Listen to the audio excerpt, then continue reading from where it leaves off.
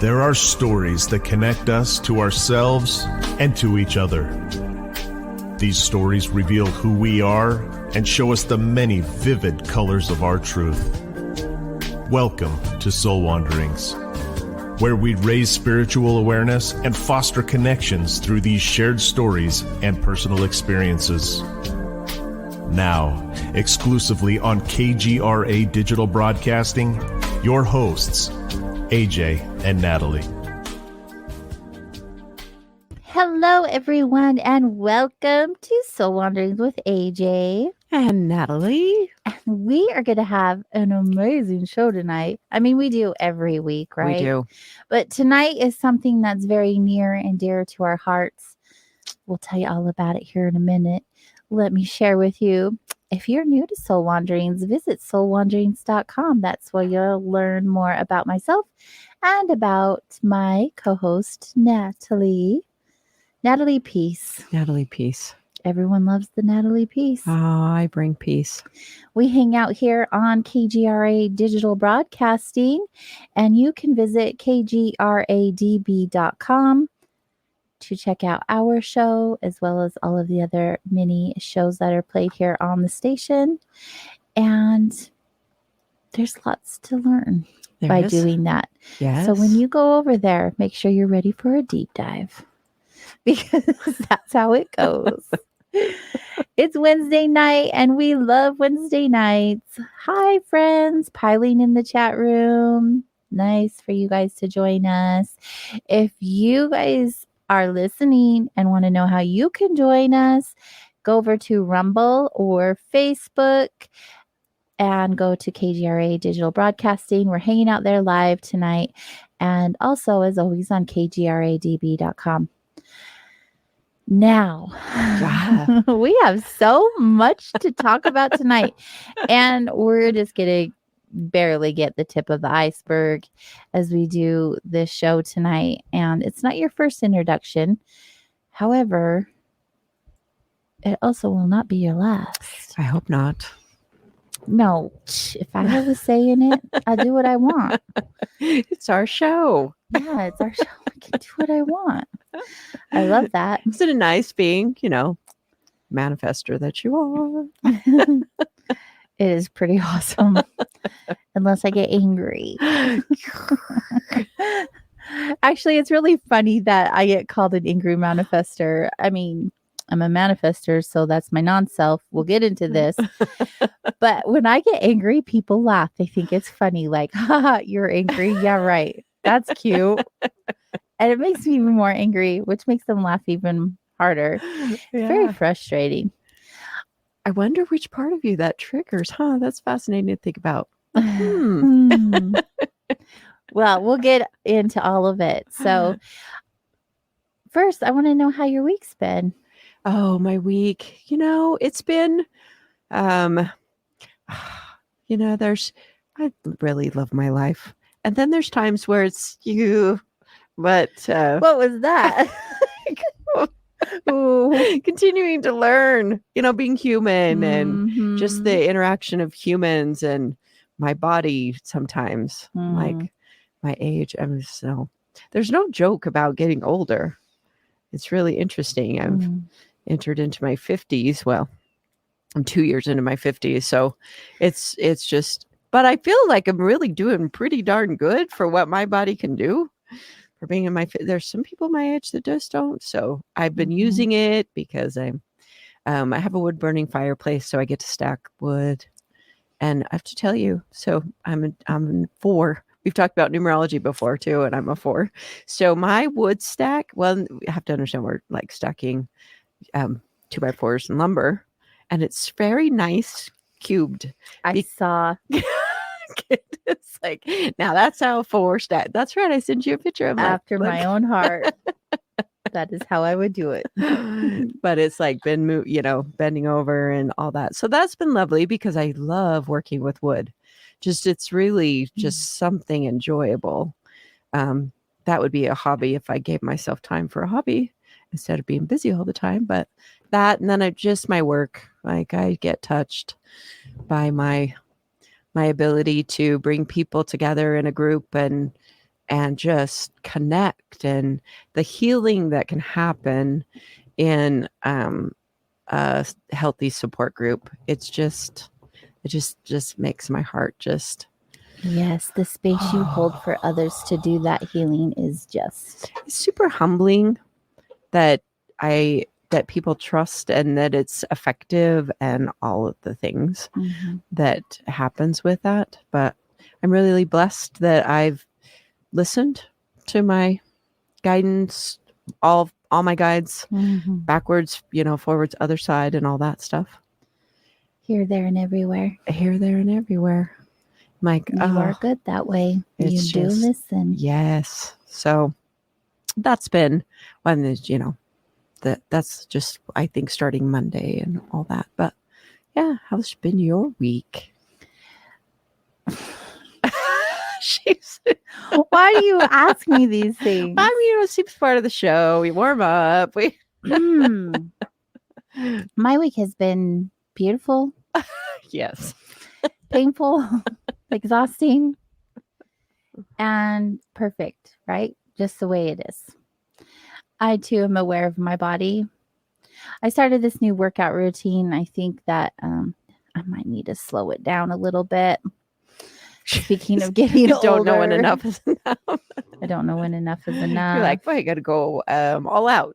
And it's like, or not. Yeah. I'm going to lean towards the or not in this category. I mean, moving your body is a good workout just in itself. Oh yeah. I appreciate my body for what I go through a lot. We've talked about this many times. I just am really grateful that I have the ability to move as well as I do, considering. So no complaints there. Just super aware. Full moons are a thing for me. We had a full moon last night. It seems every single full moon I get this crazy pressure or headache. So just like doing that right now. Nothing's bad. Nothing's great. I'm coasting. That's moon. You just are the ocean in your whole body. So the moon just moves you. You're just this whole ocean over there, Pisces, that you are. Like, move your tires. I forget that it's going to be a full moon, right? And so then all of a sudden I'm like, oh my gosh, where did this come from? And then I'm like, oh, there's going to be a full moon tomorrow. No wonder. This makes total sense. And so I literally just Netflix and chilled for 2.5 days. I mean, I got up and moved and did things, but the majority of my day I checked out, which is not a common thing for me. I do not know how to hold still and just be for long periods of time. But if you have Netflix, then it makes it easier. Oh yeah. I started watching these series of things that don't build my brain. Like I really just when I watch TV, when I watch TV or YouTube or something, it's something because I'm interested in. I'm like, oh, I just want to learn this or whatever.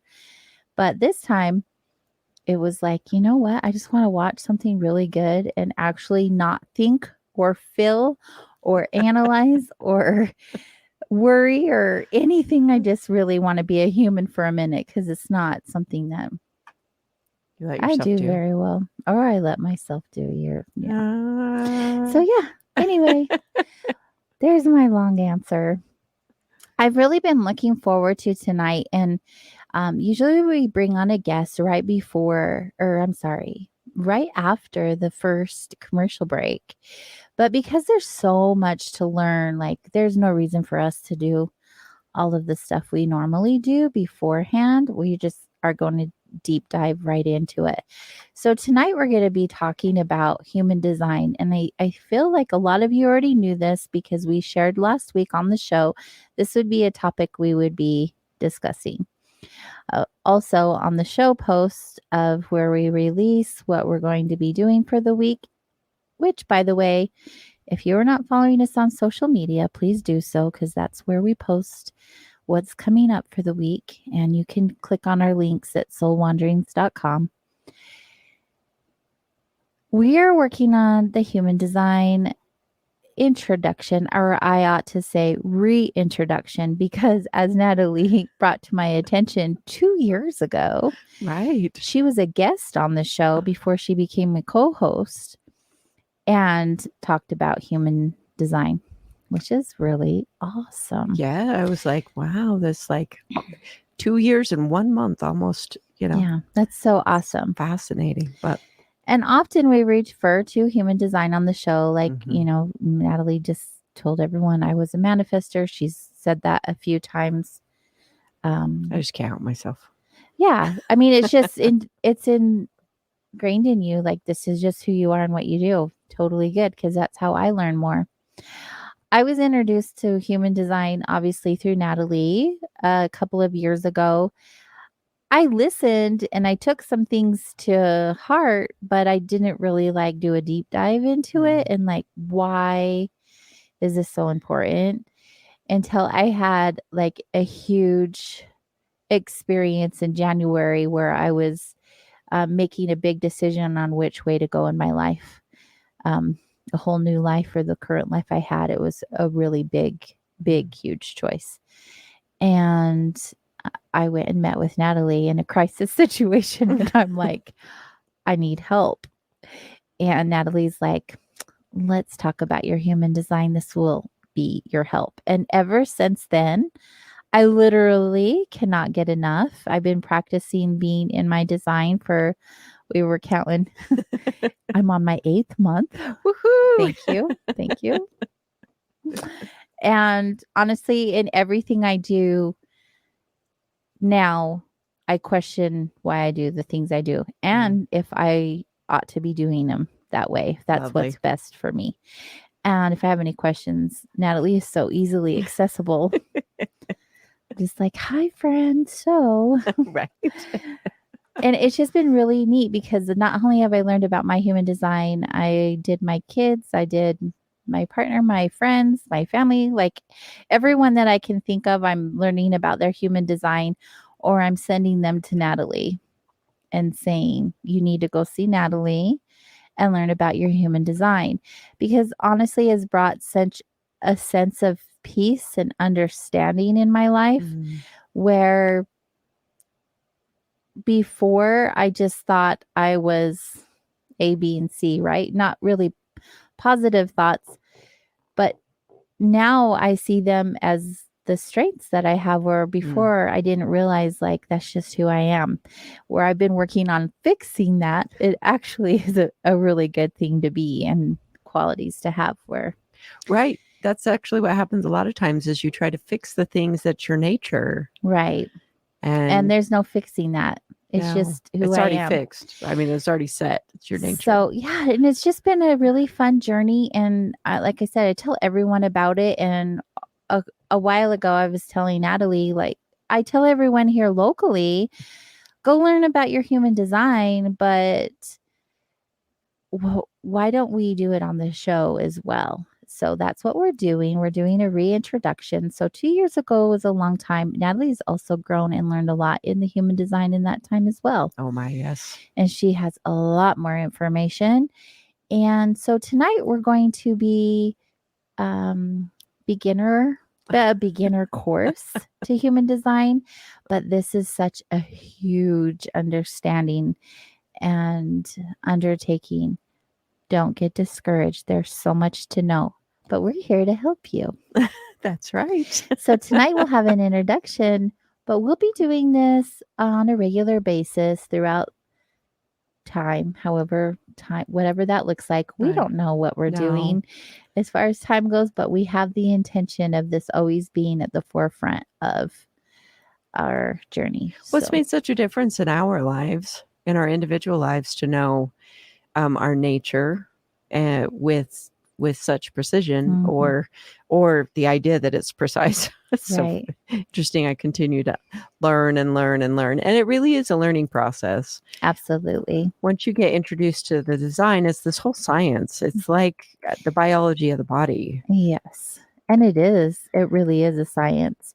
So before we go any further and continue down this road, we are going to have you guys pull up your chart. It's really easy.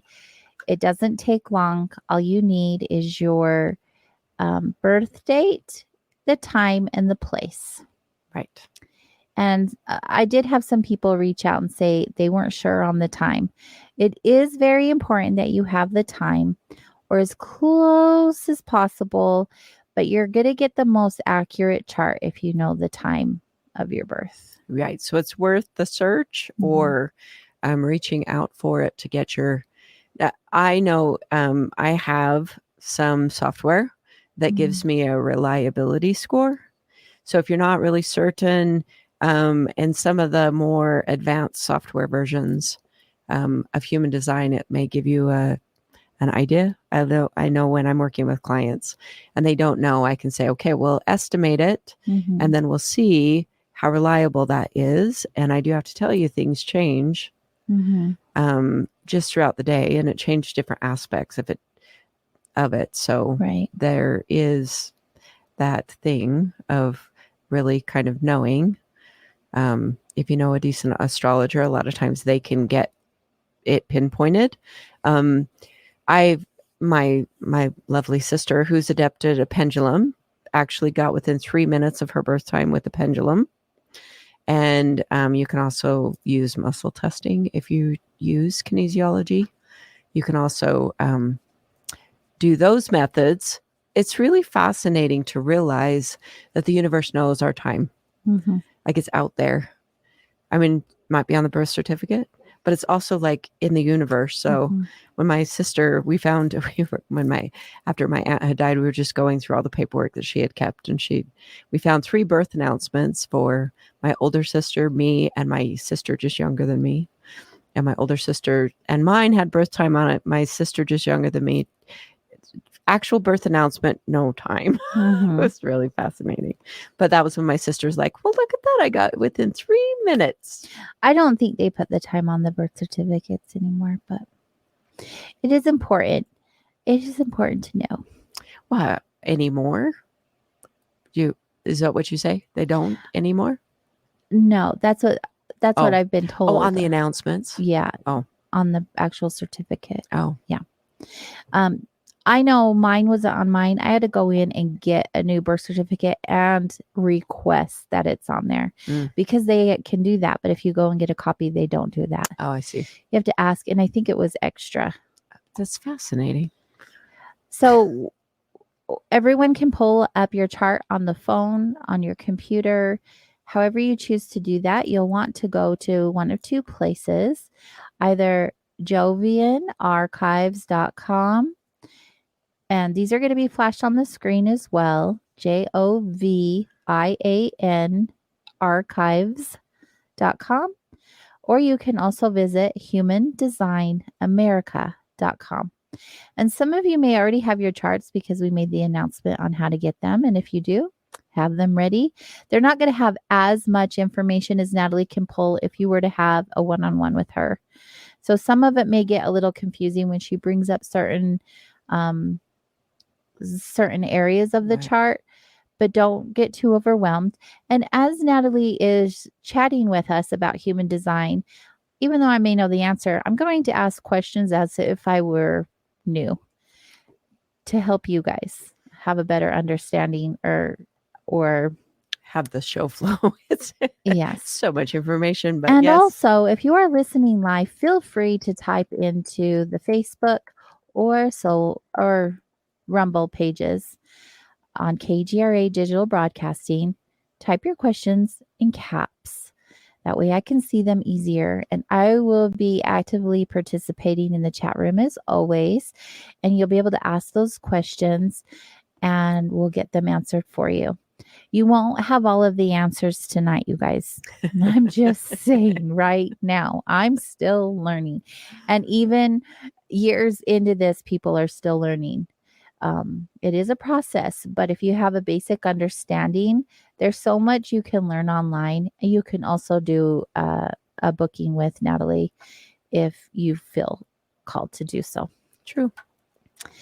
And yes. Yeah. We have a few minutes before break. Right. So give us like a brief introduction of what human design is. So those who were like, what are you talking about? So You'll know. I was just looking, anticipating the show and thinking about everything that I've learned.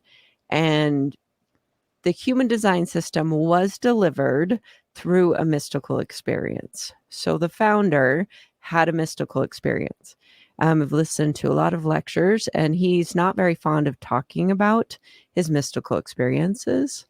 And I don't blame him. Right. So I actually was thinking, we talk a lot about paranormal, NDEs, SDEs, even extraterrestrial experiences. And a lot of times people don't like talking about that because there seems to be some, whether there could be a judgment or other things like that. Sometimes I don't bring that right up when when I'm meeting with a client and I'm going over their design.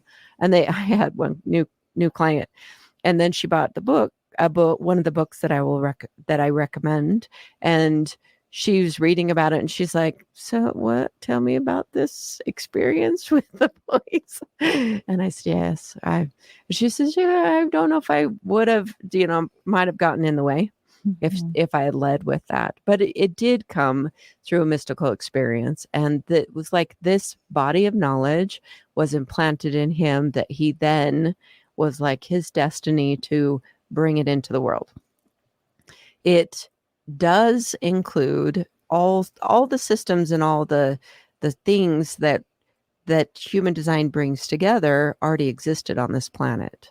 There's the Kabbalah tree of life, the I Ching, or the I Ching, which is, or the I Ching. It's a Chinese book of wisdom, is included in it. It uses the verses and the hexagrams and the lines, and the astrology, of course, is a component of it. Numerology, the chakra systems, all of those things are blended into this design, as well as the understanding that we as humans, we transition from a 7-centered being, which is the traditional chakra systems, have 7 chakras, into a 9-centered being once Uranus was discovered. So once we had knowledge of Uranus on this planet, like 1781, then it mutated us as humans. So there's this understanding that we undergo mutations, and then there's so much that I didn't really realize. There's this neutrino field that gets programming from 70% of our programming that we get influenced. Like last week, we just had a thing about the simulation, and we're in this neutrino field that's always it. And you can look them up. Neutrinos are little teeny tiny. They go through everything. They go through us. They go through the planet.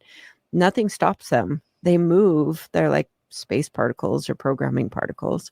So that's another aspect that you can learn about that can be interpreted within the system. So all of that is just a brief thing that's like background information about the human design system. It's awesome. Right. It is awesome. I would not want to have that experience, however. I listened to it and I'm so awesome. I'm glad someone else did that. Right. All right, everyone. So we're going to head to a commercial break. I hope that you all pull your charts and are ready. I already got someone in the chat room saying they're a manifesting generator. Ooh, like Natalie. All right. So stay close. Get those charts ready. And we're going to go on this journey together here shortly.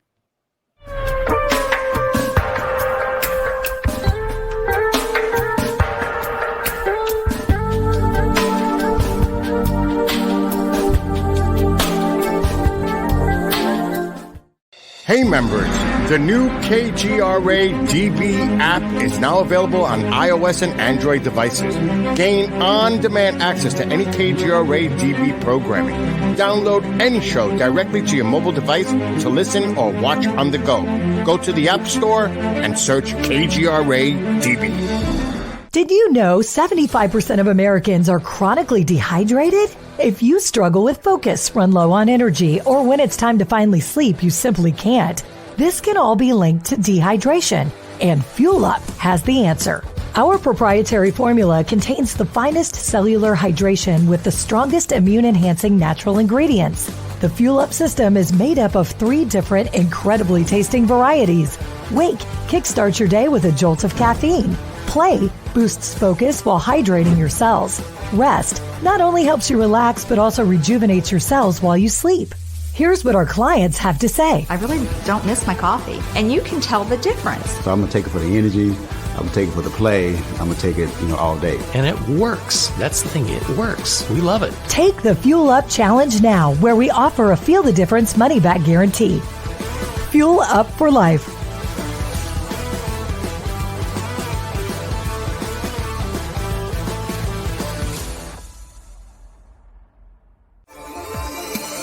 You're listening to the KGRA Digital Broadcasting Network. We provide unparalleled coverage of trending news in the world of ufology, cryptozoology, and paranormal phenomenon. Whether you're watching our video live stream or listening to one of our audio programs, you are getting the best from world-renowned researchers and hosts, guiding you through topics the mainstream won't touch. Miss one of your favorite programs? No problem. Head over to the members area at kgradb.com for access to our massive library of award-winning content. Make contact, stay connected. Only at kgradb.com.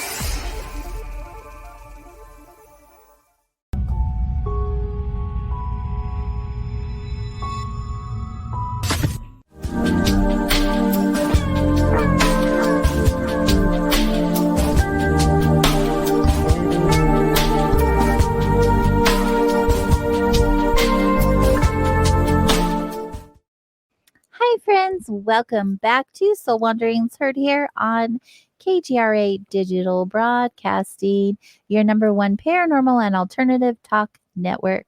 Tonight we are hanging out with us. Just us. Just us. No guest tonight. Well, I guess we could say our co-host is our guest tonight. Natalie is our co-host / guest. And we are going to be discussing human design. And just before the break, we had you guys all pull your charts. Hopefully you have them in hand. You're awfully quiet all of a sudden. they're just like, I don't even know. I'll show a client. I'm like, and here's your chart. And they're like, I don't know what that means. I mean, how could I you? know. How could you? I remember when I first got it, it was like, it's a foreign language. It really is a foreign language. You have this whole new vocabulary to learn about. Right. And so let's learn. Okay. I'm going to let you take it over. I'm going to ask you questions as if I were a newbie. That's good. And any questions you have in the chat room. And if time allows, we are happy to open up the phone lines if you want to ask the question yourselves. That's right. Mm-hmm. So I'm going to, there are some main components that are actually important to understand. And so I will talk. So there is a category. When you pull up your chart, there's going to be several things listed. There's going to be a type. There's going to be a strategy. There's going to be a not self theme, and an inner authority. And then you're going to have like this 9-center body graph with different colors, different centers, lights, white, bunch of numbers on there. Some numbers are highlighted, some are not. So there is, so when things are colored in on the chart, there's definition, which for each person, when something is colored or highlighted, it means it's fixed within you, which means it is a constant you can rely on. If it is white, then that means that there's no definition. And that is where conditioning or other people affect you. And through that, when you're undefined, the world gets in. So I describe to people, consider yourself a 9, like a car, and you have 9 windows in this car. And these are just for the centers, which are all the shapes that are on the design. If you have color on those different shapes, and I'm not talking about the lines, but just those shapes right now, the centers, then it's like you have glass in those. So there's fixed. There's like other people don't get into that area. And if it doesn't, then it's like no glass. And guess what? You can't put glass in there. It doesn't change over your lifetime. It's not something that you need to change. It is not even a weakness. Although when you first start to consider your human design and you start to consider your undefined areas, as I can attest to, and I know AJ can, it's like, holy crap. Oh my gosh, things get in. I get into. That's where we get into this language called the not self. We try to act in ways that we're not defined. So it's not who we are. It's not our consistent way of being. And that's the not self. So there's this concept of the not self that also gets included. And that's part of that not self theme that's listed on your chart. So next that I want to talk about type. There are 4 different types with a 5th type that is like a subcategory. So the bulk of humanity are generators. And all of these types have to do with the shape of your aura. I have to tell you, this has been a new thing. I've been teaching human design in-person classes. And every time I feel like I channel things sometimes. What this last class that I taught, this came out of my mouth that says, look, we have aura shapes. The human design system also talks about mechanics. It's not morality, it's mechanical. Like just like a car. Mechanical things work in mechanical ways. Mm-hmm. We are mechanical. Just like our heart and our eyes and our cellular structure in our biology is mechanical. This design system talks about the other aspects of that are mechanical. Your aura is mechanical. So there's 4 different shapes of auras or 4 different ways the auras function. So generators are the bulk of the planet. 70% of the people on this planet are generators. They have a defined sacral center. And for reference purposes, on the body graph, which is that picture of the 9 centers and all the channels and gates, it's the second square from the bottom. It's generally depicted red, but not, I don't know about all the different programs, but if you used one of those 2 sites, it's going to be red. The second square up from the bottom is the powerful sacral motor. So generators have this aura that is enveloping. So if you want to consider, if you fire up a little gas power generator, literally a generator that does create electricity, creates energy, it's noisy. Some of them are quieter, but most of them are pretty noisy. So people that are generators are energetically noisy. And those people that are not generators can attest to this. I'm all noisy. So there's generators. And they don't stop. No. They don't stop moving. That powerful sacral motor. Go. Yes, it's necessary for generators to burn off that energy every day. Generators are made to work. They're the worker bees of the planet. And that powerful sacral motor is a source of energy. And the world wants to tap it. And you get, once you start learning that you're a generator, the subcategory that falls, it's a subcategory, manifesting generators are also lumped in with the generators. I'm seeing that there is one person so far that is a manifesting generator. There's a lot of manifesting generators. So this is a technical answer, but technically speaking, you are a manifesting generator when you have your throat connected to a motor.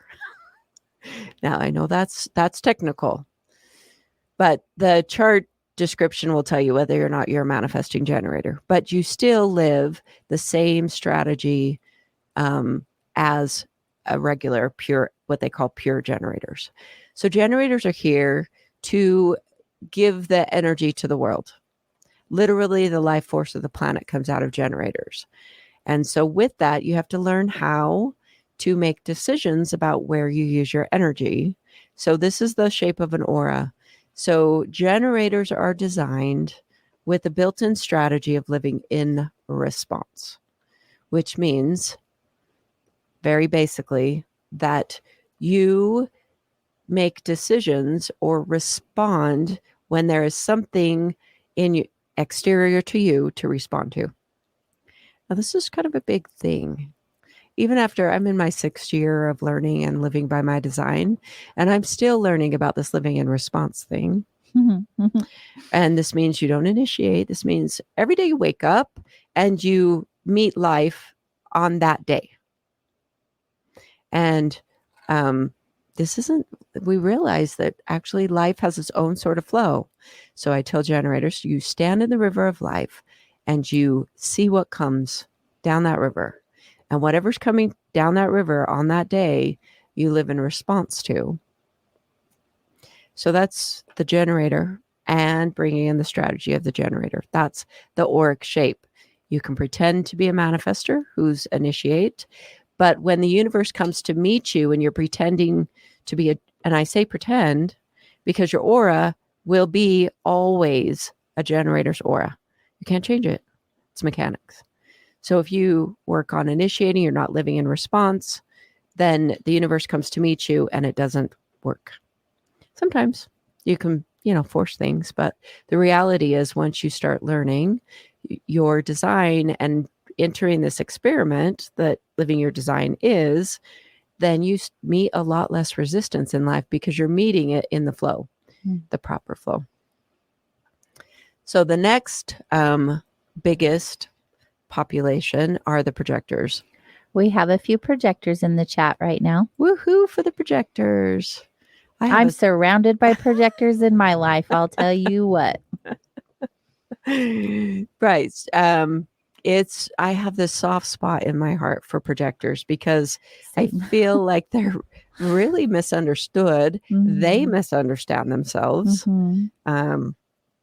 So one more, there's so many things to mention, but so within the generator, one more thing to consider with the generator, generators are here to know themselves. So they are here to figure out their purpose in life, know themselves. So they look inside and figure out who they are. That's their whole over the way that they see and what drives them is to know themselves. And that's important to understand because the other 3 types don't have that. And so projectors said it's about 20% of the global population are projectors. So everything else, yes. I'm just surprised it's such a low percent and I'm surrounded. It is surprising, huh? It is. It's wild. I don't understand.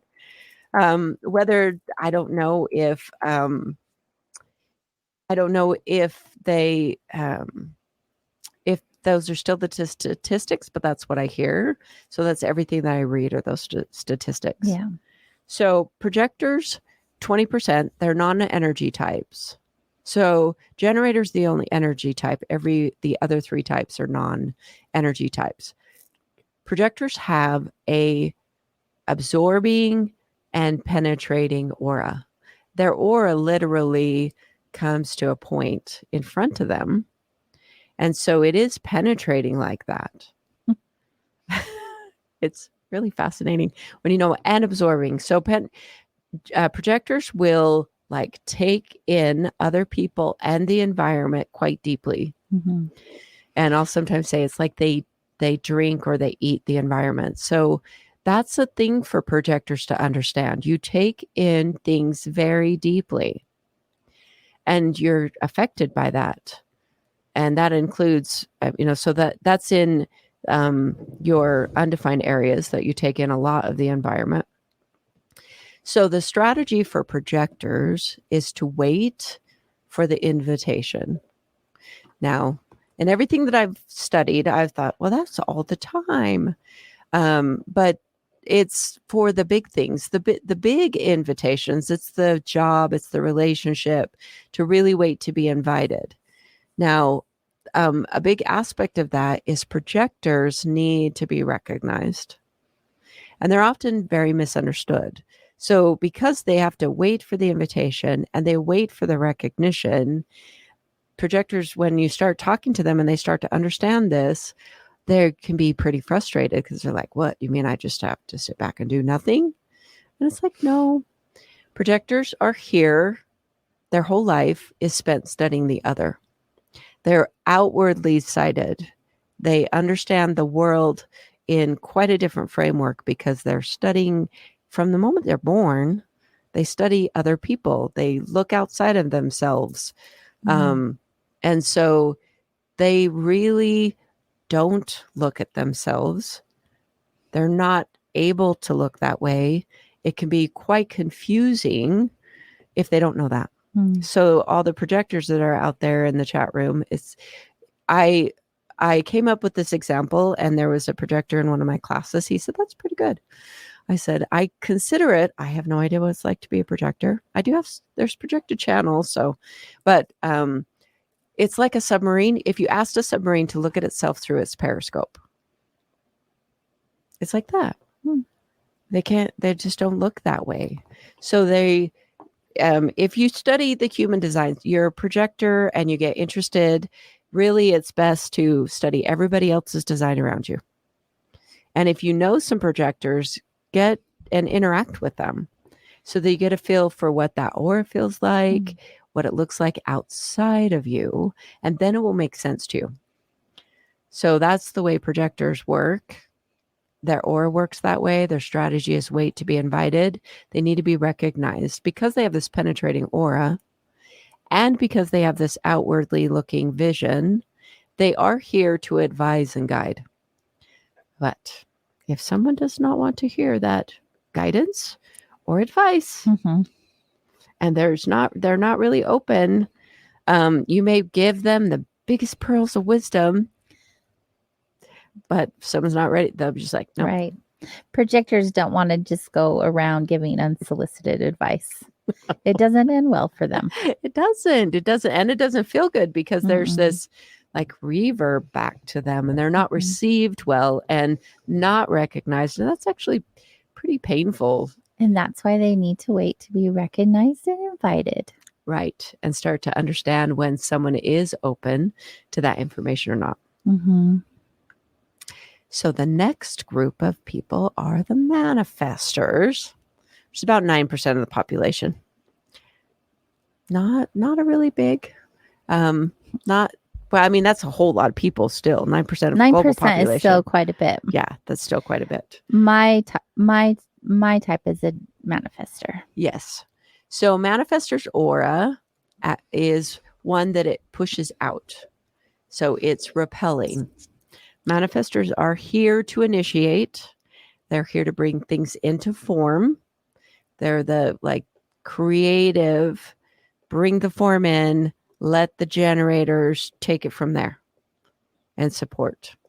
So what I've watched you in your process, when I keep reminding you, look, you're not a generator. You're not here to sustain it.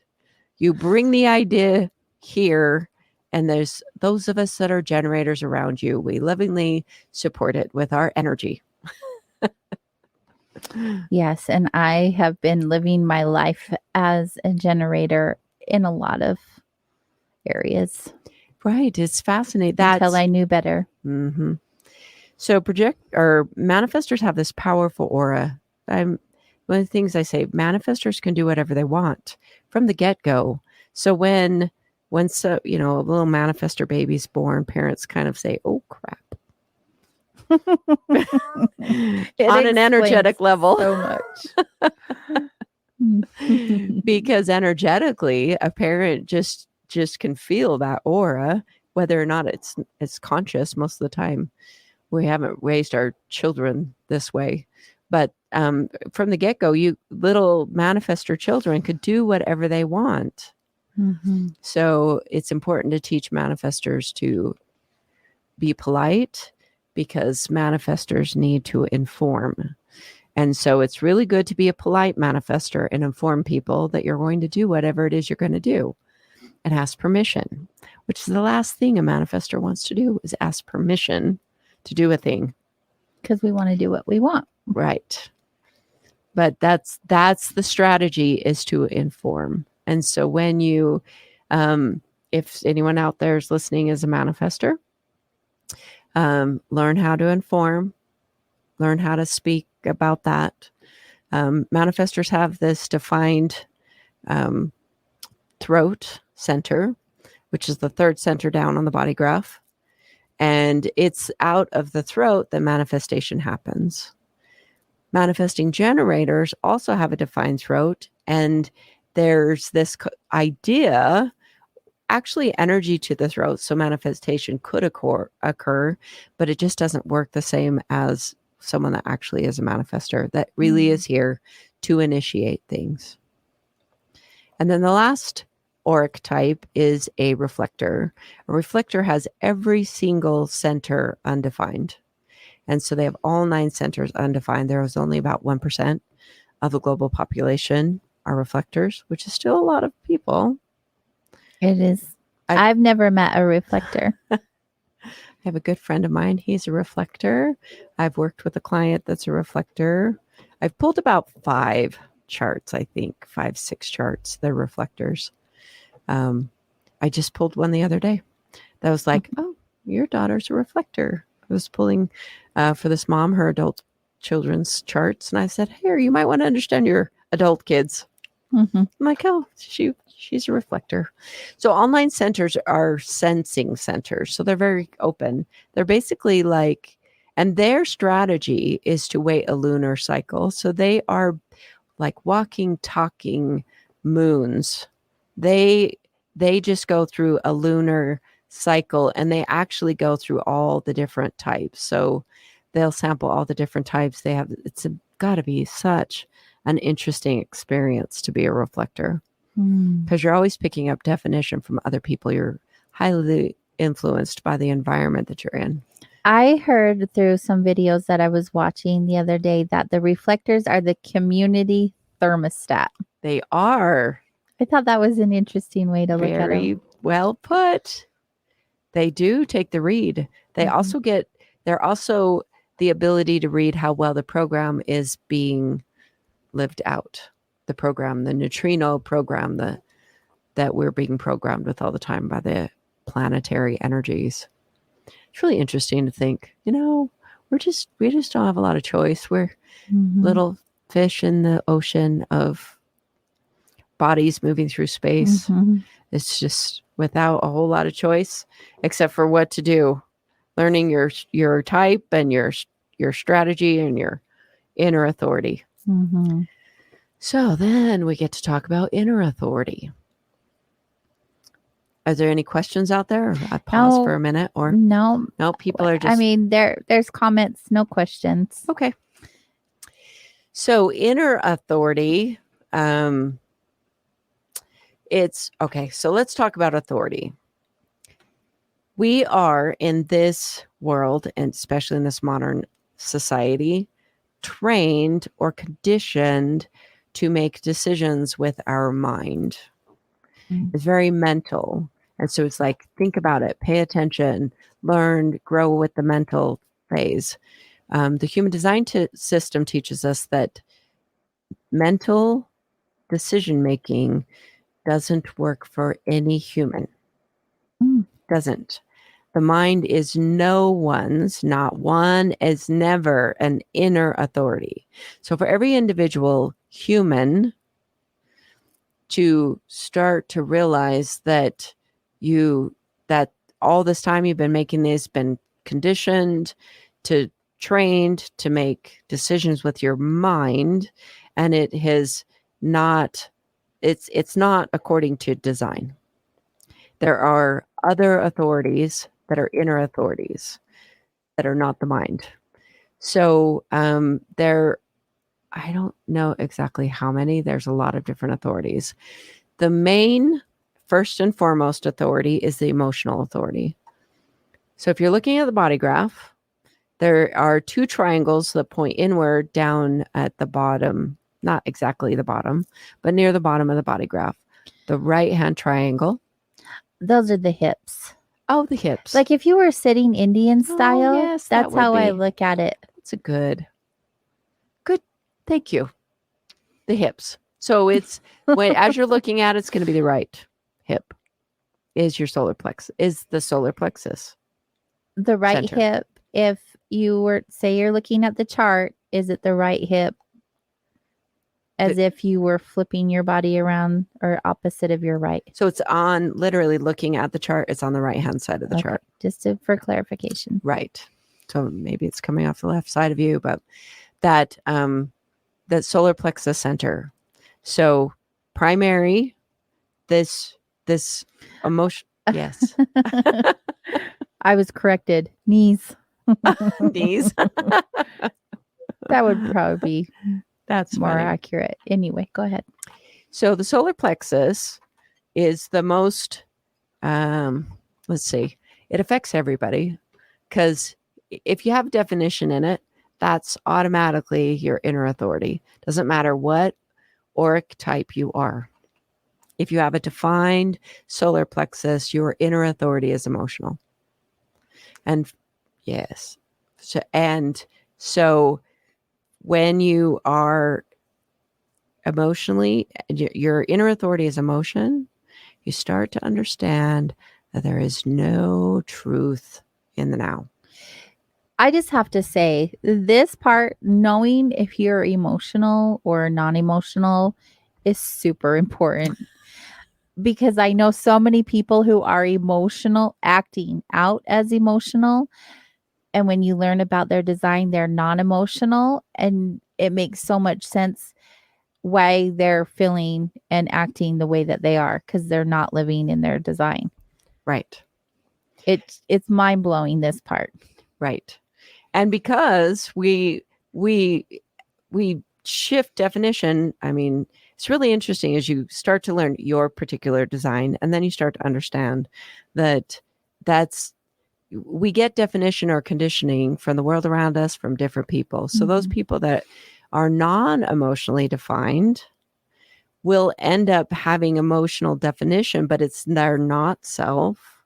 And so they will be riding an emotional wave that is not theirs, and they'll be acting emotional. So they need to know that when it comes to emotional energy, whether it's in your definition or not, there is never truth in the now with emotions. There just isn't. And it's a tough pill to swallow. Yes. Because those emotional waves, it's a really powerful center. And there are 4 different types of emotional waves. So just because you're emotional doesn't mean you're the same type of emotional as everybody else that's emotionally defined. Right. You'll have these different wave patterns that go on. Oh, see the complexity of it? Yeah, this is when we aren't even going to get into it tonight. There's just so much. It's awesome. It's a good time to take a break, though. Yes, do you feel so? Oh, yeah. Oh, you're in a good spot to break? Mm-hmm. All right, guys, we're going to take our last break of the night, and then we have another hour to continue to hang out with you and then educate you on human design. I hope you're having fun. I see you guys are in there. I see there's people watching. Say hi in the chat. Tell us what your type is. Ask any questions you may have. Let us support you in this journey, and we'll be right back.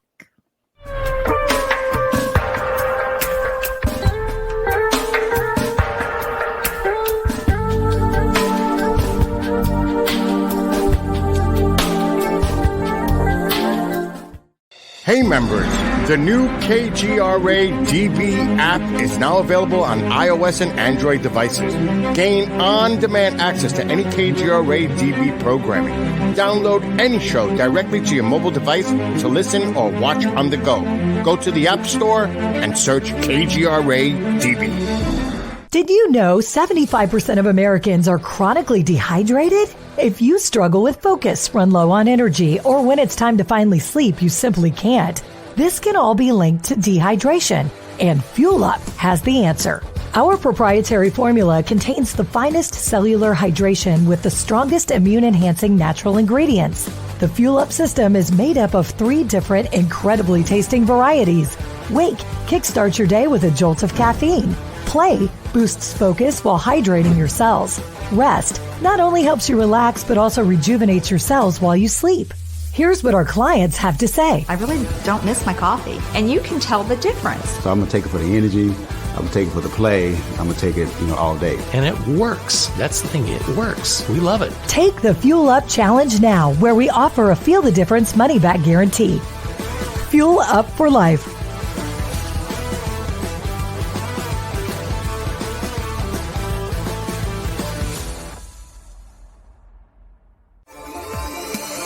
You're listening to the KGRA Digital Broadcasting Network. We provide unparalleled coverage of trending news in the world of ufology, cryptozoology, and paranormal phenomenon. Whether you're watching our video live stream or listening to one of our audio programs, you are getting the best from world-renowned researchers and hosts, guiding you through topics the mainstream won't touch. Miss one of your favorite programs? No problem. Head over to the members area at kgradb.com for access to our massive library of award-winning content. Make contact, stay connected, only at kgradb.com.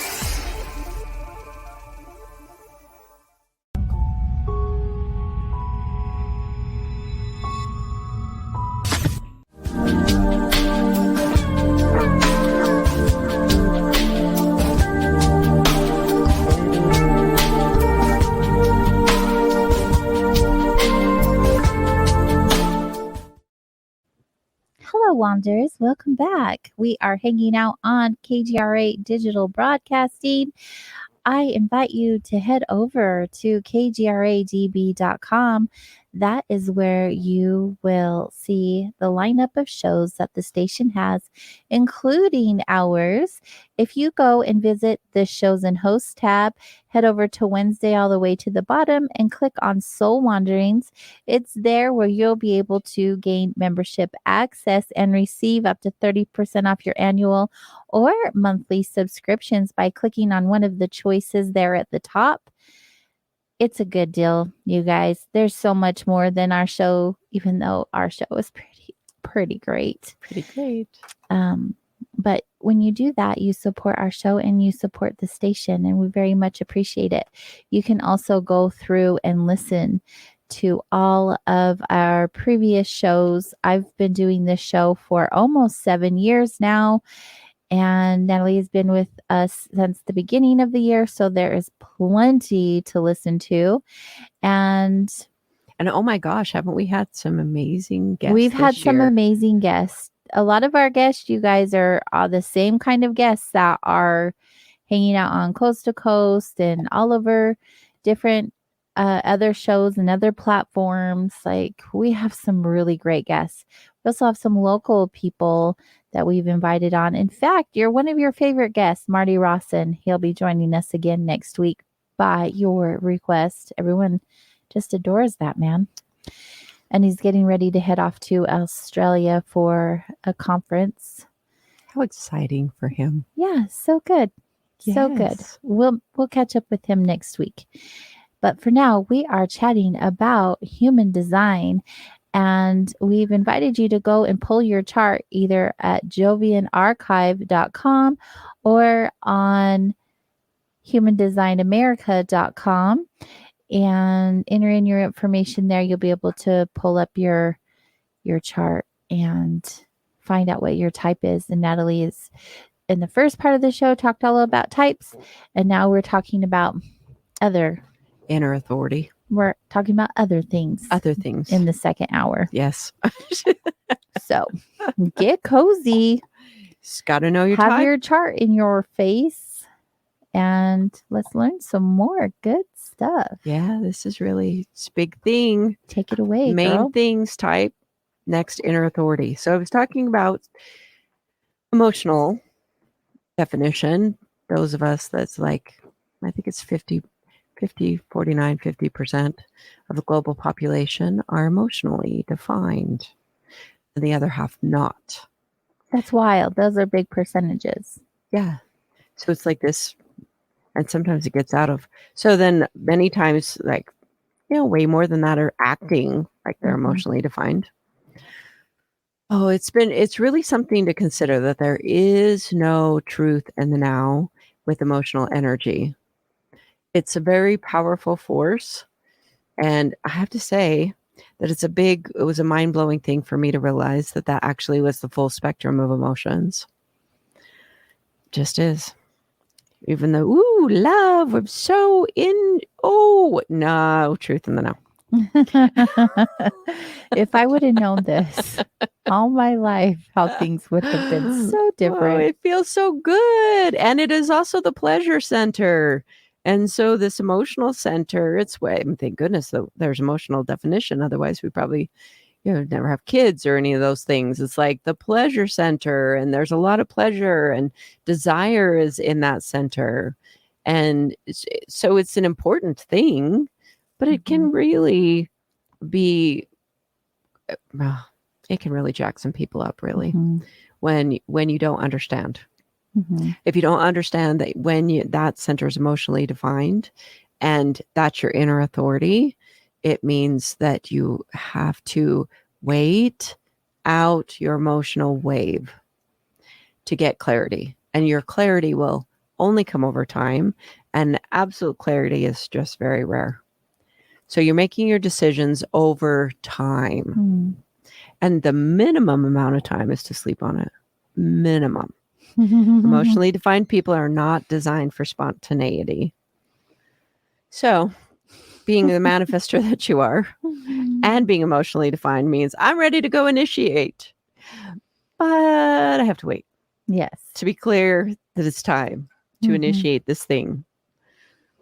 So you have this very powerful ability to initiate, and you still need to wait to do it. It's true. The benefit comes. Patience is always, always, always, always rewarded. I do have to say that since I have learned about my chart and all of the things therein, not all, but a lot of them, I have become a lot more patient. I don't know why I've always felt this urgency to make decisions quickly. Like time's ticking. It's conditioning, obviously. Yes. And knowing that is not what's best for me has really put me in positions of deep clarification. And it's been really, really awesome to shift out of that space of like, come on, hurry and get your decision made, to allowing the decision to be made over time. It just happens organically now.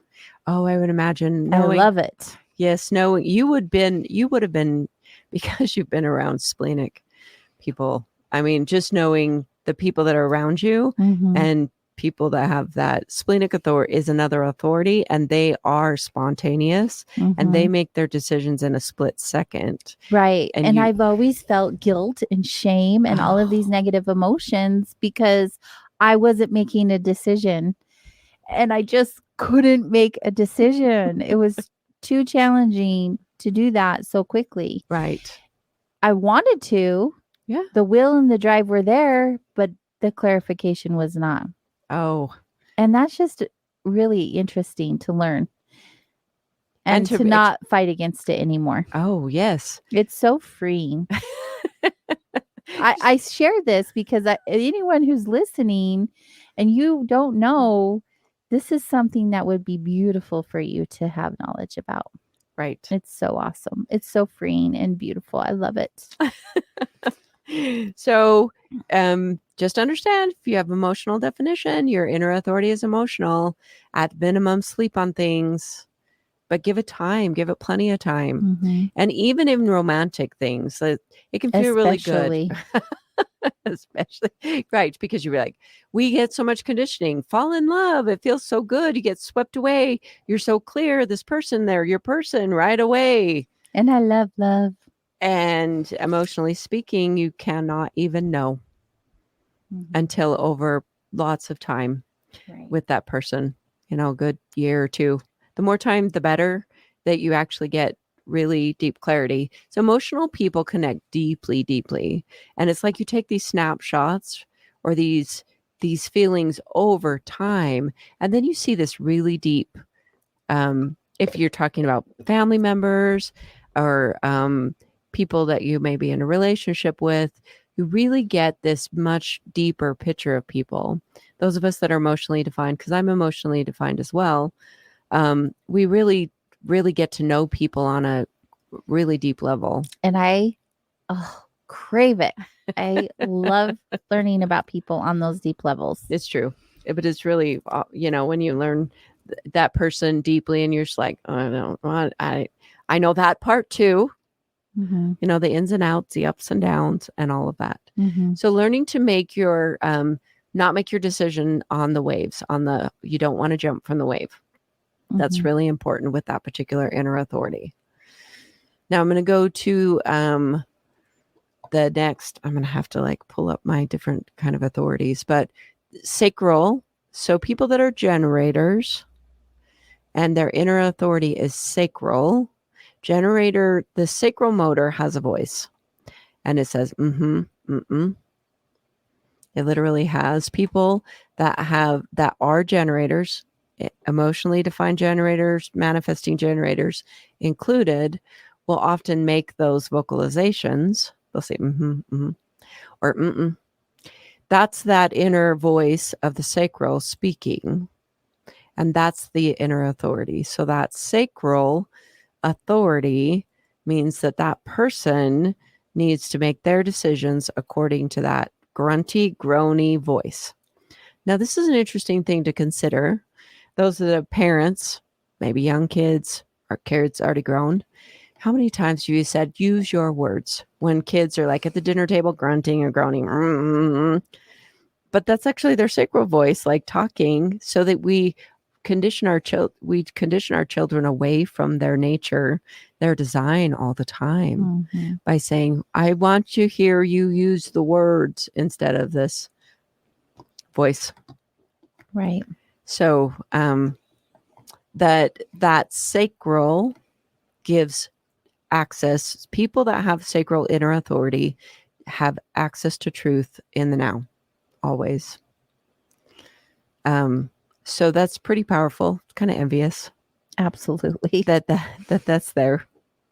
Now there is some ways. The human design system has two aspects. It has a design and a personality.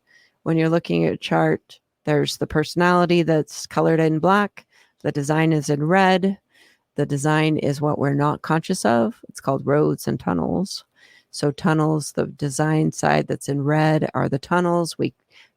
We're not aware of those things. We can't really ever be directly aware of those things. We could be indirectly aware of them. And then the personality is who we think we are. And so sometimes that sacral voice, actually, this was just a new aha. The more I listen, the more I learn, the more I'm like, holy crap, that's more to it. That sometimes people's sacral voice can be in their unconscious, so they may not be able to have that full awareness of it. So they may be able to feel it. They'll have to learn.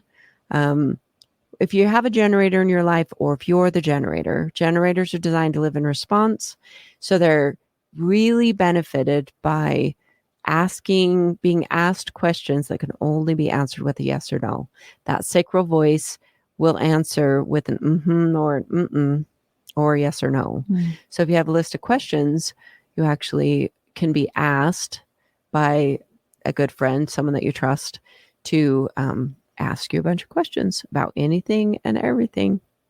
wide variety of things to get yourself tuned in with that sacral, because that is your guiding force. And I can't express that enough. Mhm. It gives you access to truth in the now. So if you have sacral, if you are sacral generator or sacral manifesting generator, get familiar with that. Sooner the better. It only takes you a week. 1 week as a generator, practicing living your design according to that response and that inner authority. You'll be like, whoa. And then the experiment really continues. It really is super experimental. Yes. The more you learn about your design and start playing around with these concepts, your life definitely shifts and it becomes easier. Yes. And this isn't a sales pitch. Like, I have nothing to sell you but freedom. Okay. It is kind of a sales pitch for freedom. Right. But I mean, like, just your time and desire to want to learn and practice this is all that it costs. And it's priceless. Yes. It's really important, this experimentation part of it. It is not a system that can be intellectually, really, truly understood intellectually. Mm-hmm. You can gather the information intellectually, but it's only understood by living it out. Right. So there's when someone has, so it's going to be non-generators that they will not have a defined sacral. They'll have an undefined solar plexus, emotional center, undefined sacral, and a defined spleen. And those people have splenic authority. While Natalie does that, if anyone has any questions, just type them up in all caps and I'll be able to grab them for Natalie. Or if you guys want the phone lines, we can have available for you as well. If you want to call in and not necessarily have a conversation, but have a question answered, specific question answered. And if you did want to call in, let's just say they're open because our producer is awesome and on standby. 855-472-5483, which is 85-KGRA Live. Yep. 855-472-5483. Now to the spleen.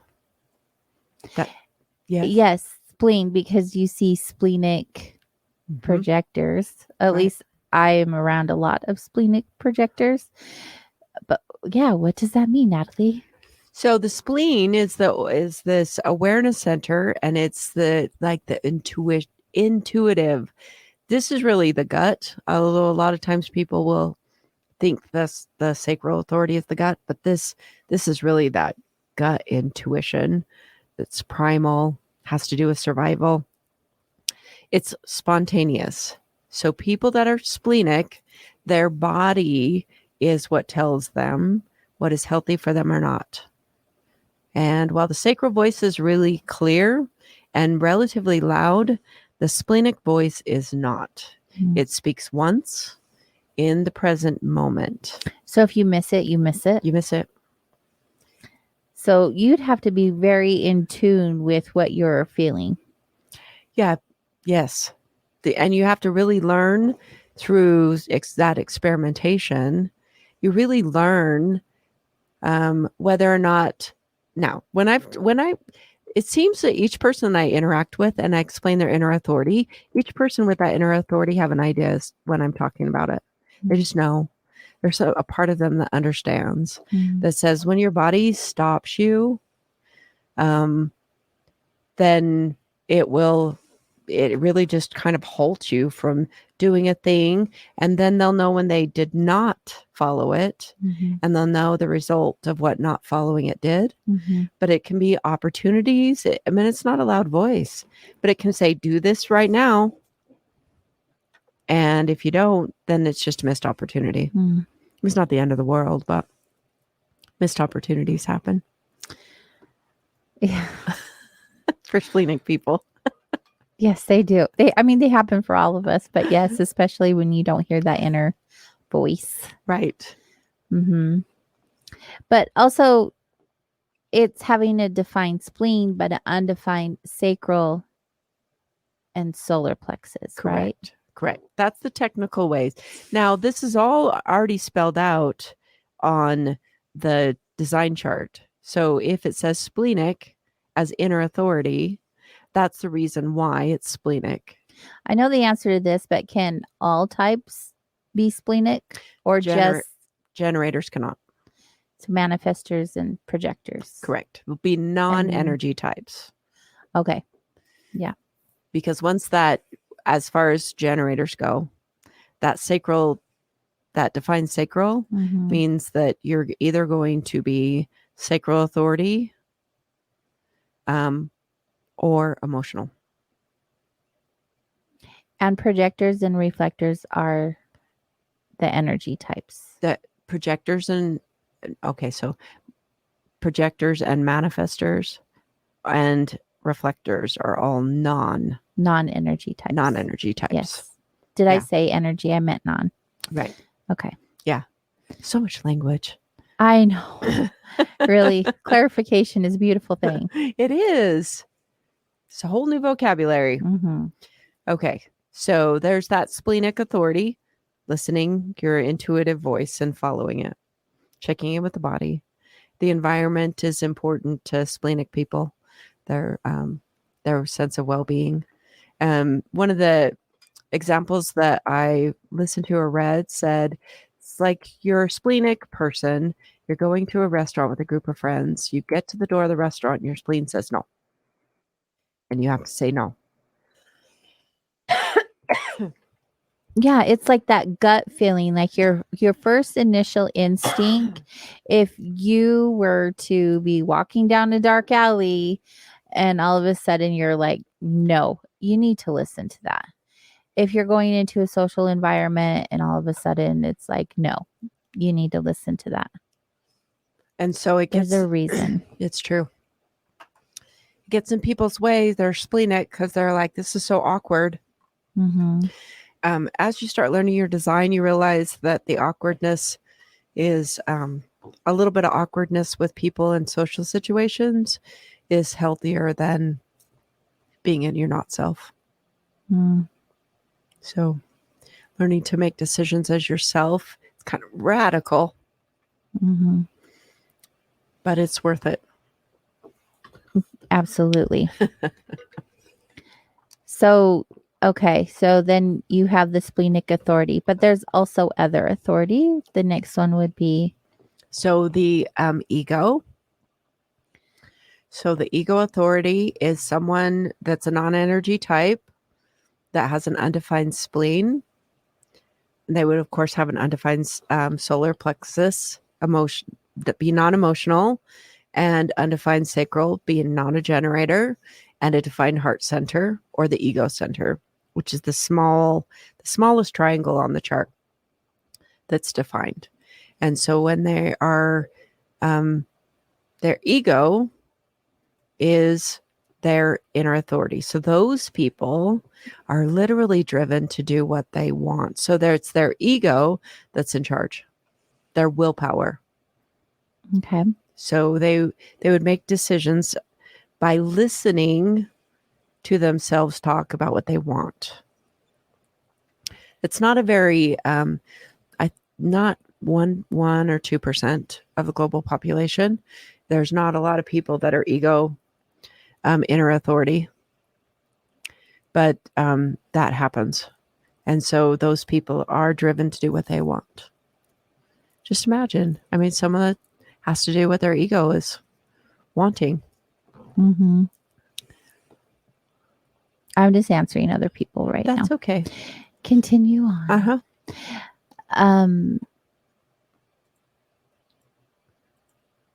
Yes. I drew a blank, Natalie. I know. She's like, okay. Holy smokes. Totally darkness. Bam. It's like willpower, right? For the ego. Wouldn't you have to make decisions like based on your willpower? Based on what you would or want. like your drive or Yes. ambition or Yes. Yeah. It's what you would put your will behind. What Yeah. you can get your will behind. So I've had a little bit of experience. I worked with an ego projector, and it was just interesting, so different than me, and it's not very common, but really to see that she was very much designed only to do what she wants. If she can't get her will behind it, it's not going to be a healthy decision for her to do that. Mm. And it can be very contrary to be so self-focused like that. Yeah. Like, oh, you mean they get to live a life that doing what they want? And it's like, yeah, most likely. Mm-hmm. They have to learn to listen to themselves to really get an idea about that, though. Mm-hmm. It doesn't have a clear voice. It's one of those things where people learn to listen to what they're talking about, what they want to do, and then that helps them do directions. Mm-hmm. Now, there is within the projectors, there's these many different authorities that can happen. There's a self-projected projector, and that person has a defined G center, which is the self or the identity center, which happens to be the diamond in the center. And so a self-projected projector is going to have the defined G center and then defined head or ajna, which is the second center down, the mind, and sometimes a defined throat. And they're self-projected. I think they probably always have a defined throat. And they must listen to what they say. Mm-hmm. And so it's really that's a particularly interesting inner authority, because those people need to talk it out and listen to themselves talk to be clear about what direction to go in life. And that isn't always easy for like people that are in relationship with them, because they really don't need input when they're talking themselves into clarity. So it doesn't mean that they have to have those kind of conversations all the time, but in the decision-making process, they need to have a really good sounding board to allow them to talk to where they can get clear on what it is that they need to do to make their decision. And then there is a small section of people that have, and I believe that they are mental projectors, and they would have no inner authority, which means that they don't have definition in the solar plexus or the sacral or the spleen or the heart or the G center, any of those centers. They're all undefined in that area, and they're just defined in the head. And so they have no inner authority, because the mind is never anyone's inner authority. Mm-hmm. Now, it's interesting. Consider that. These people only have a defined head and ajna, which is a defined mind, but that can never actually help them make decisions. But that's the only definition they have within their own framework.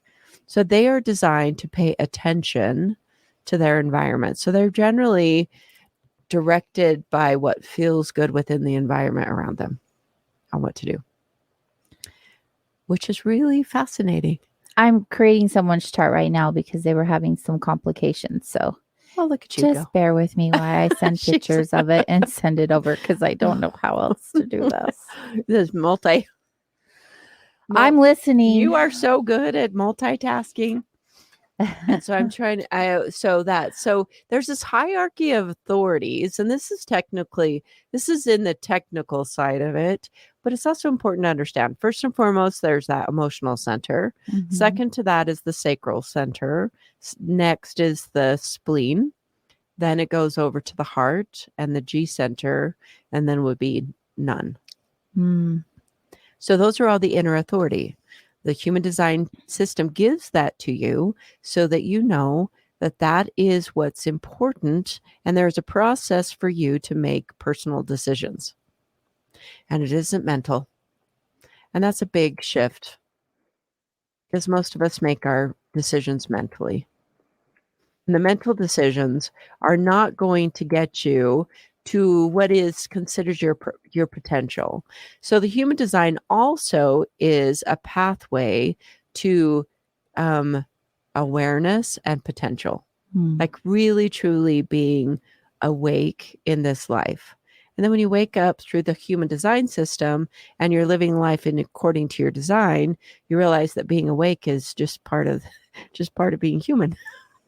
It's not a special. There's no special mantra, meditation, position, lotus, yoga, or anything. It's just one of those things that make decisions as yourself, live according to that, and you get to be awake in this life. It's cool. Yeah, it's cool. It's fun. Yeah. I mean, it can be. Can be. Oh, learning that emotional authority. For me personally, it's really interesting. Mm-hmm. Yeah. It really is. Okay. So I've always made my decisions like when I've been in that super high or super low energetic space and wasn't clear. And so, like I said earlier, it's just been so neat knowing that it's okay to chill out. Take your time when it feels right. It's really funny because I'm in these lectures I listen to, and Ra will talk about being emotional. And he says, what's a fascinating thing is someone comes up to an emotionally defined person and they're like, "Oh, I really like you." And they're like, "Okay, go away and come back in 3 days. And I'll talk to you then." It's just like super scary. So true. The things I wish I would have known when I didn't know. It is so not what we would normally do, is to send someone away, Prince or Princess Charming or Prince Charming, and say, "Go away, come back, and I'll see if I like you in 3 days." Most of the time we're meeting people on different waves. Even for those non-emotional people, knowing that you might meet someone when they're in a high wave. So let's say you're non-emotionally defined and someone's on their high wave and you really, really like them. And then a week later you see them again and you're like, "I don't like you as much," because they're in a low part of their wave. And so really understanding that these waves vary over time and that all of that is going on all the time. Yeah. Okay. All the time. Yeah. So that's our inner authority. And we've covered the different strategies and type. And so now I guess we can go into the different centers. Do you have any other questions? Yeah. Or things that come I've up? heard of something that came up in a video, Yes. but I didn't have clarification. What's a lunar authority? Is that for the That's the reflectors reflector. that need to take the whole entire? Okay. Yes. Just to be clear. So they take the full lunar cycle to make a decision, not just a matter of overnight or days. Yeah, a full 28 days Yeah. as they go through. And I don't know exactly how it happens, but they evidently will run through all the different, because they're 9 center sampling aura. So they literally can run through and be a projector, a manifester, a generator through that lunar cycle. Yeah, that's wild. They really are the community thermostat in that way. They really, would be really quite something to be a reflector. I find it interesting to talk Having to them. all of those centers wide open would be wild. None of your own definition. You're always taking on other people's energies, and as you really don't understand that about yourself, you would feel like crazy or like with not having direction. Right. Okay, so should we go through the centers? What do you think? What do you feel? Yeah. So first of all, I had a question earlier and I'll just clear that up. So you guys are looking at your chart and you have all of these what Natalie's referring to as the centers, and some are colored in and some are not. And excuse me if you said this, but just for clarification for them, because the question came up, if they're colored in, that means they're defined. And when they're not colored in, they're undefined. So when Natalie's talking about being defined or undefined, that's what she's referring to. That is correct. Okay. And so that colored in areas is fixed in you. So it is what is consistent and reliable. And so each one of those centers and each one of the channel parts, so the gates and the numbers that are on the design are gates, and then parts of the channel, they all have different functions in each one of those things. So each center has a different function. Mm-hmm. And if it's colored in on you, then you have reliable function from that center, Mm-hmm. which is helpful to know. It is. It is. And so as far as, I'm going to close this out. For the gentleman that I was assisting, I hope that helped you. If you have any questions, because I know that you were able to join us a little later, you can direct message us with those questions because we've gone over quite a bit, or listen to the replay at a later time. Whew, it's hot in That's here. just, yeah. I'm like, it's You know. hot. It's so hot in here. Let me think of some of the questions that. So let's just bring up relationships. Okay. Any kind, mother, child, whatever, romantic. Do you know, are the charts so broad and so all over the place with every individual person because of their definition and their authority, like all the things? Or is there a specific types that get along better with each other? Like if you were to have a scenario such as you're building a business, it's obvious you want a manifestor to create that and the generators to work for you. So in that type of relationship, that would be ideal. But in other types of relationships, is this too broad of a question? No, I mean, people are going to ask that, I just know, because everyone's always asking, like when it comes to astrology Mm-hmm. or any other platform, they want to know what best relationships are for them, business or romance or otherwise. So really the best way to navigate that relationship is to run a connection chart between two people. And that doesn't have to be specifically romantic. You can actually run a connection chart, or a professional can run a connection chart. I think that there's some apps out there that actually allow, and it may be that you have to purchase different levels of apps. Generally, they're to get a connection chart between two charts. Mm. Now there is what they say there's this little rhyme for that happens. So when you have a connection chart and you're taking, and basically what that is it takes the individual charts and overlays them over each other. And it gives you an idea of that. And within that framework of connection charts, there's some themes, and it says if all 9 centers are defined, if 2 people define all 9 centers, it's called 9 and 0, nowhere to go. Which means that those 2 people, when they're together, are all completely absorbed in each other. And there really is nowhere to go but each other. Mm. And so that isn't necessarily negative, but it means that it's quite consuming. That I like our connection chart. Natalie and I have an awesome connection chart. We do. We're here to have some fun. We are have some fun. That is our theme. 8 and 1. We're here to have some fun. Yeah, and we do have so much fun. We do. We have that undefined head together, so we can always go out the inspiration. Give us inspiration. We can talk all day. If you guys want a connection chart, Natalie's your girl. Yep. Just reach out to her and she'll be able to help you out. That's right.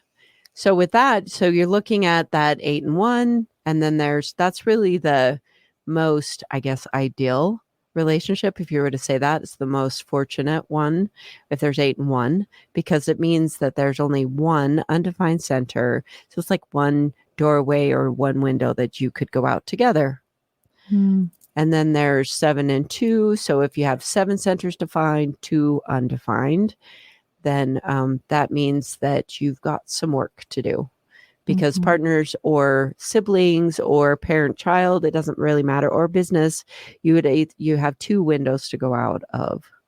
So one person could go out one undefined area and the other, And then there is 6 and 3, better to be free. So if there's 3 undefined areas, 6 defined, there's a lot more options. And that every relationship has its nuances, regardless of the kind of relationship that it is. And then there's 5 and 4, not a relationship anymore.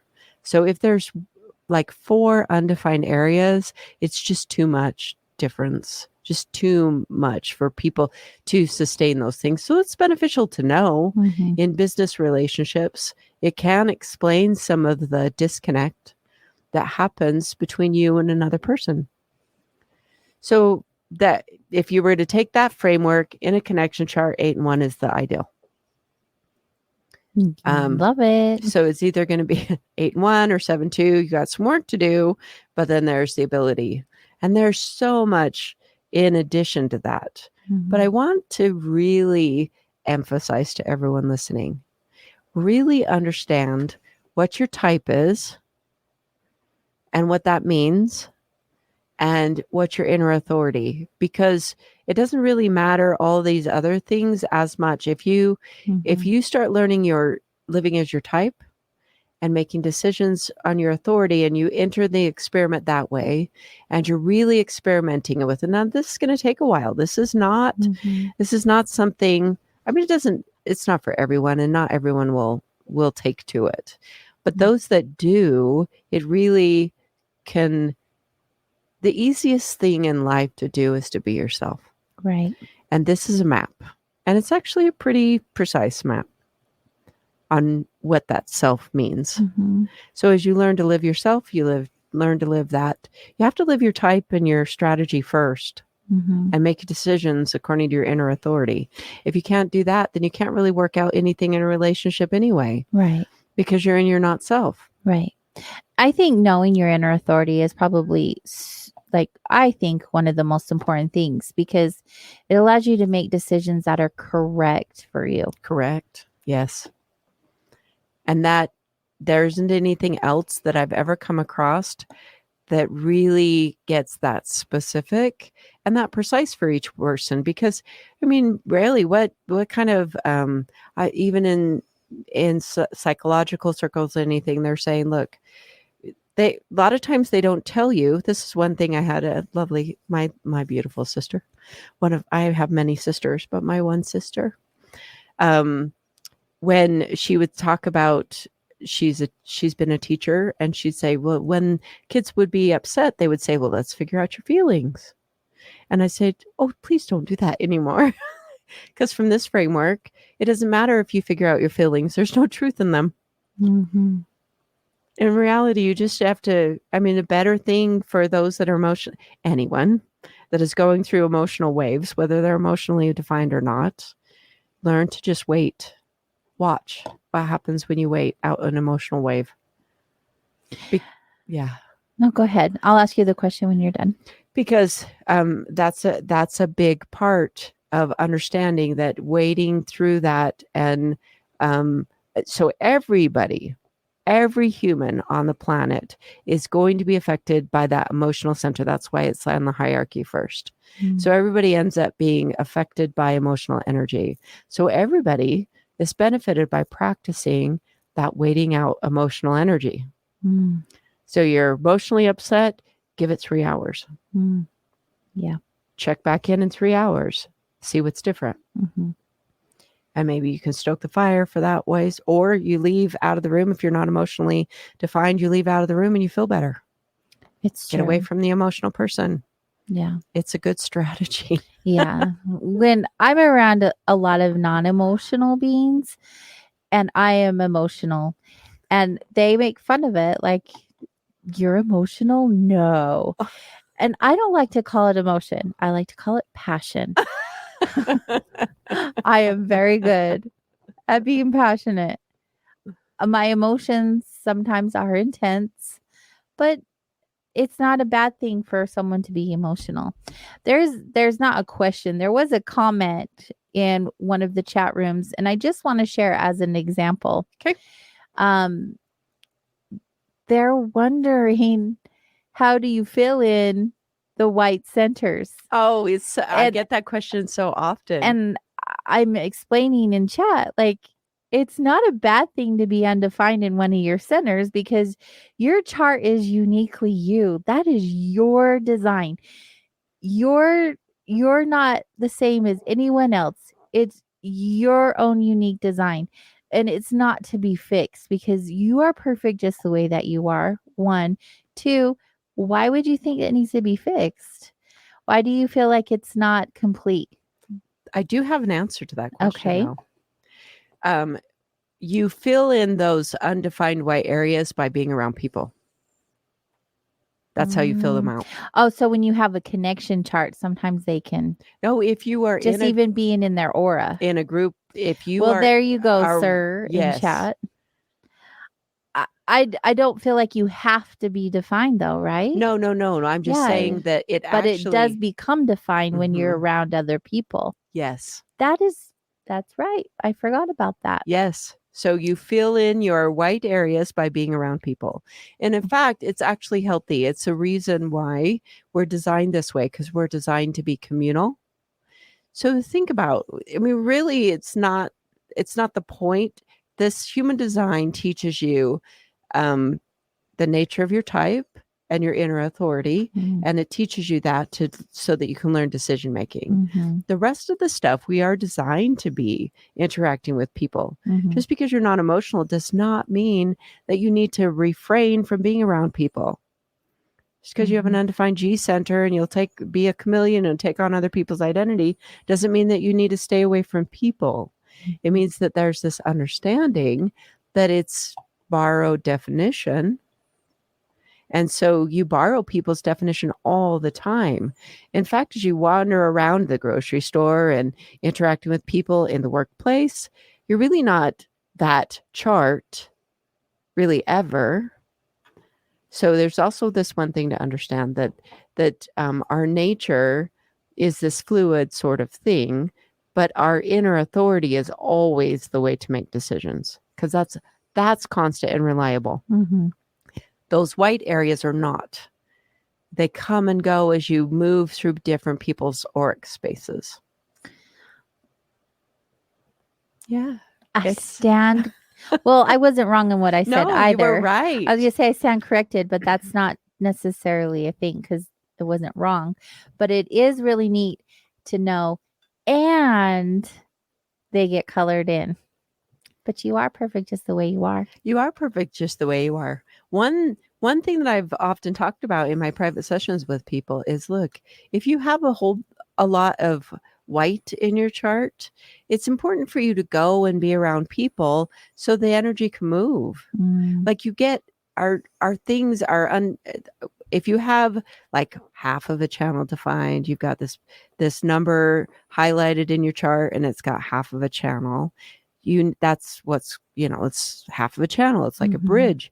You need to go around people to have different aspects of what's complete in the whole chart move because it's different energy. It's different activations that makes this human experience. So there's one, I have been listening to a lecture on relationships and they said, look, if you tend to you and your spouse or your lover or your partner or whatever, if you tend to fight when you're together, go and when you tend to fight when you're like having a discussion about something because you're different, go to like a public place because inevitably there'll be people that will bridge those extra gaps between the two of you and you'll be able to discuss.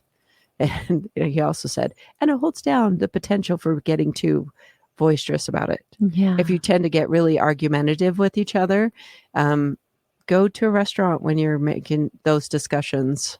Like do it in a public place because there'll be other people around you that will bridge the gaps for you. So this is really an interesting thing to say. We're not designed to be alone. Don't spend too much time at just your own aura. It's healthy to go around people. You don't even have to interact with people. You go to a public park or where there's a bunch of people and sit for a little while, inevitably things shift.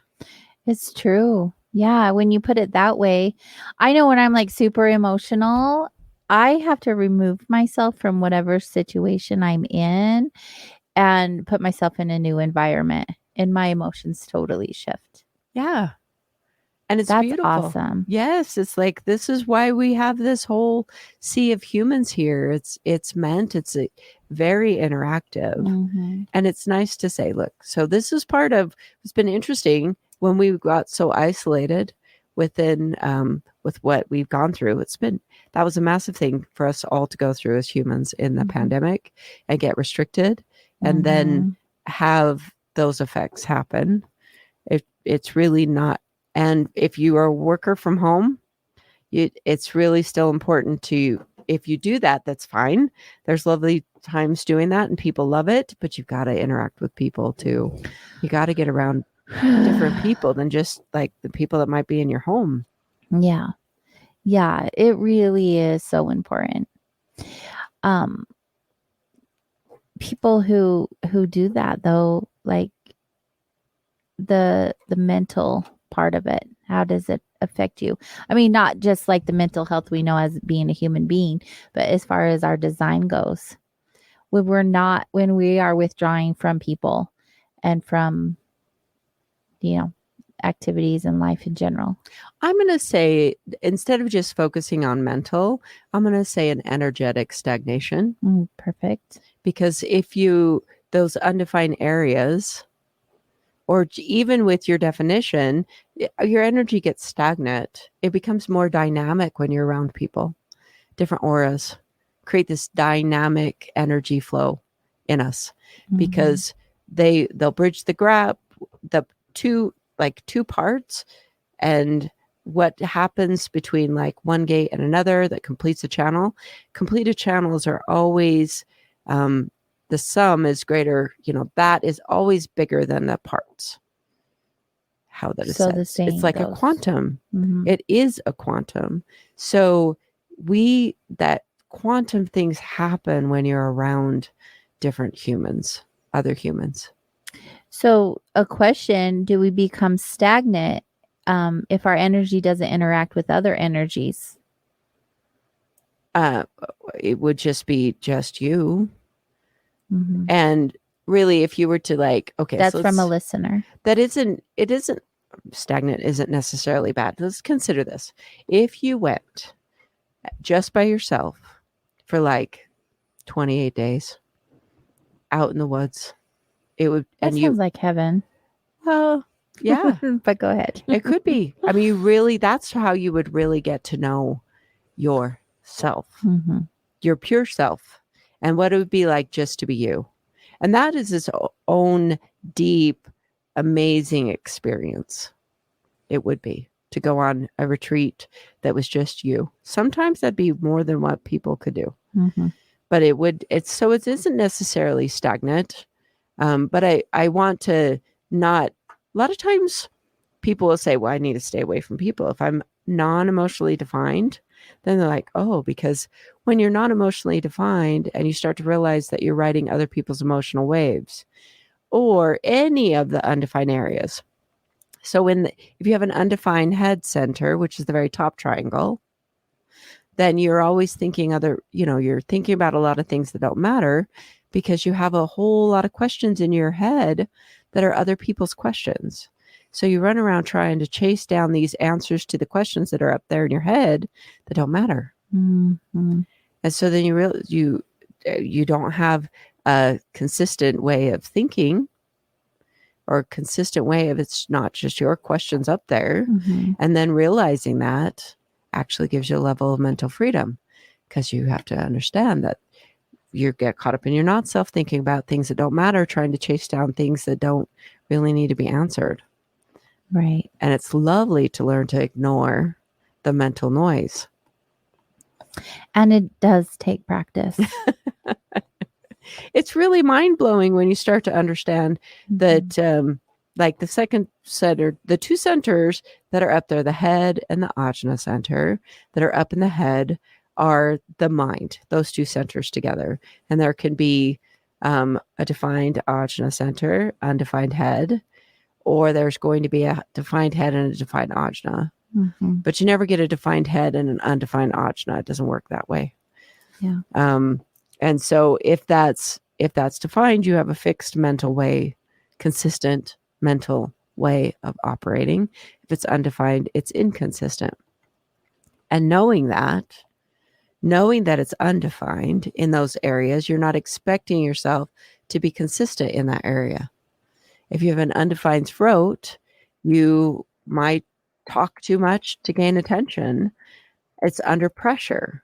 And so then you're understanding that, oh, okay, so there's these not self questions, and we can probably get more into depth into this the next time we talk about this. But so that undefined throat, are you talking to get attention? And you realize that. And people with an undefined throat really know that they're comfortable in a room full of people not talking. But then people will think, well, why aren't you talking? Mm-hmm. And they'll put them even more under pressure to talk when they're actually comfortable not talking, because they don't have definition there.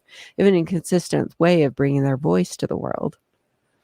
Mm. And people with an undefined G center or an undefined identity do not have a consistent identity of their own. Mm-hmm. They're like chameleons. They blend in wherever they go. They take on people's identity.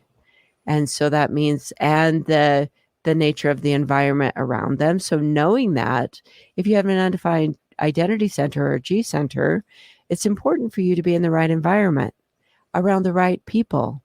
So you have to make those decisions according to your inner authority, and you'll always be in the right place with the right people. If you don't, then you're going to be taking on conditioning from people that probably less than what you'd want to be. Mm-hmm.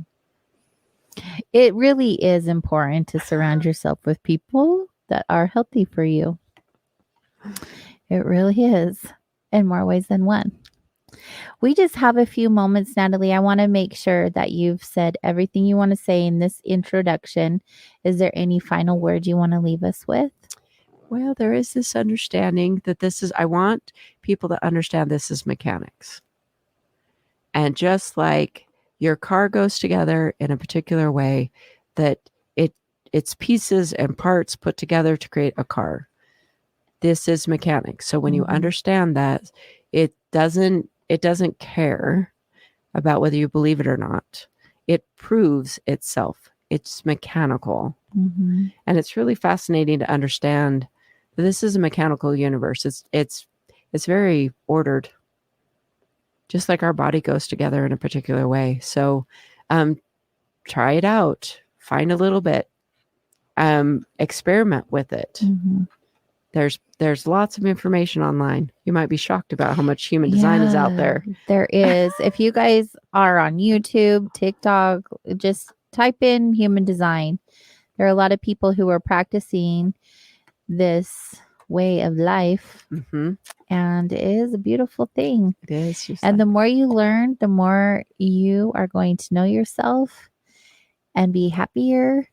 It's just really awesome how it all works out. I highly recommend 10 out of 10. Yes. Yes. The more you do it, the more you specifically are at peace. Yes. And, I just thought it was because as you get older, you become more at peace. And I just am like, the older I get, the less things matter. But it's actually because I've learned that emotions don't mean anything. I'm emotional, but it doesn't mean much. It's really, really cool. So if someone were want a one-on-one with you or to join in on one of your classes, how can they do that? So they can reach out to me. They can message me on Facebook, find me on Facebook and reach out to me, or they can call or text me at 801-726-4619. Don't be blowing her up, y'all. I'm putting her here in the chat so you can find her profile and on Facebook, and make sure you get a hold of her if you have any other questions. And also, just so you guys all know, we will be doing another hangout and going a little bit deeper on a future show. So if it's something that you're super interested in, keep your eye on the socials because we will announce it when we do. Don't just stop here. Do that deep dive like we were talking about. Go and Google and search on your favorite social platforms. A lot of people are practicing human design. Right. And I feel like if we all were living in our design, the world would just be a much happier place. So do the work. It is about being uniquely you. It absolutely is. And it brings you so much freedom. So much. I hope you all have enjoyed the show. It was really important for us to share human design with you tonight. Thanks for all of the questions, the comments, the feedback. And that concludes another episode of Soul Wanderings. We hope you guys had a great time. And we will see you all next week. Until then, be good to yourself and be good to each other. And have a great one. Good night, everyone.